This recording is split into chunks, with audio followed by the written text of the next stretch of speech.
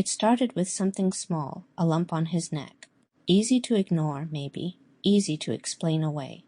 But for Austin Raymond, that small sign was the beginning of something he could feel getting worse. Day by day, he was just 15 when he first noticed it. By the end of that year, he wasn't just uncomfortable, he was struggling. Eating became difficult, speaking took effort, and still he asked for help. Over and over again he asked. Austin wasn't invisible. People saw what was happening. Family members noticed the lump, the weight loss, the change in him. They urged his mother to get him medical care.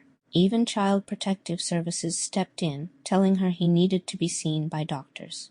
But the help never came in the way it needed to. Instead, the symptoms grew louder.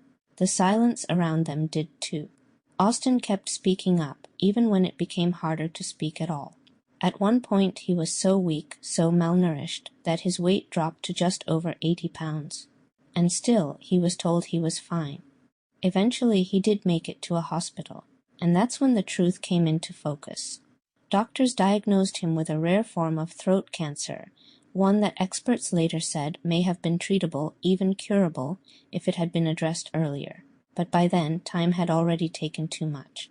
In 2019, at just 19 years old, Austin Raymond died from complications of that cancer.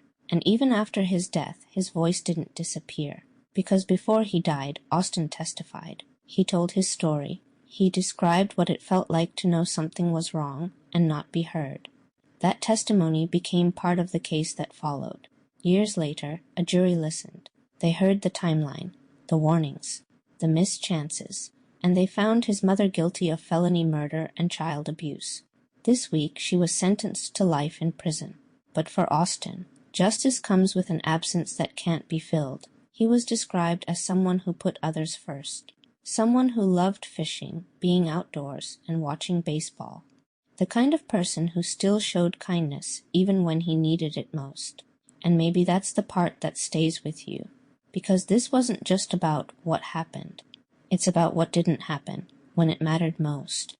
This is a case that raises hard questions and reminds us how much responsibility lives inside the choices people make for those who depend on them. And for Austin Raymond, his name and his story deserve to be remembered. This is Case and Cues with Carrie.